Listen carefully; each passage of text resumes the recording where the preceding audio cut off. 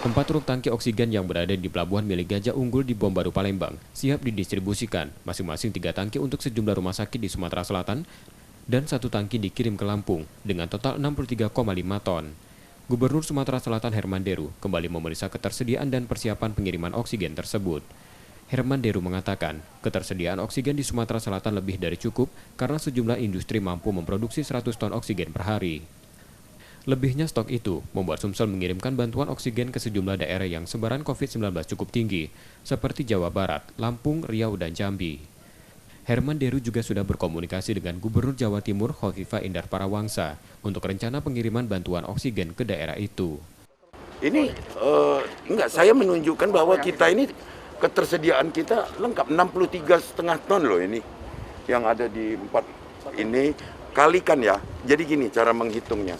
1 ton liquid oksigen itu sama dengan 784 meter kubik oksigen gas.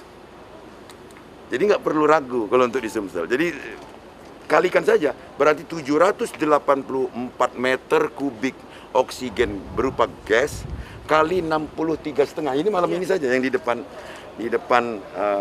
saudara-saudara sekalian. Jadi nggak perlu kita khawatir kalau masalah ketersediaan. 3 tangki ini adalah untuk distribusi di Sumatera Selatan kita.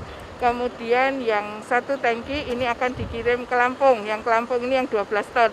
Yang lain dikirim untuk rumah sakit kita. RSMH, Bayangkara, kemudian Bari. Ini semua ada di sini, Siti Khadijah, kemudian ke Lahat juga, Prabu, dan juga ke Marinim, Rumah Sakit Rabain untuk Provinsi Sumatera Selatan. Jumlah seluruhnya ini 63,5 ton. Sementara untuk di Sumsel, rencananya Gubernur akan membuka depo pengisian oksigen gratis untuk warga yang membutuhkan atau menjalani isolasi mandiri. Tim Liputan Kompas TV, Palembang, Sumatera Selatan.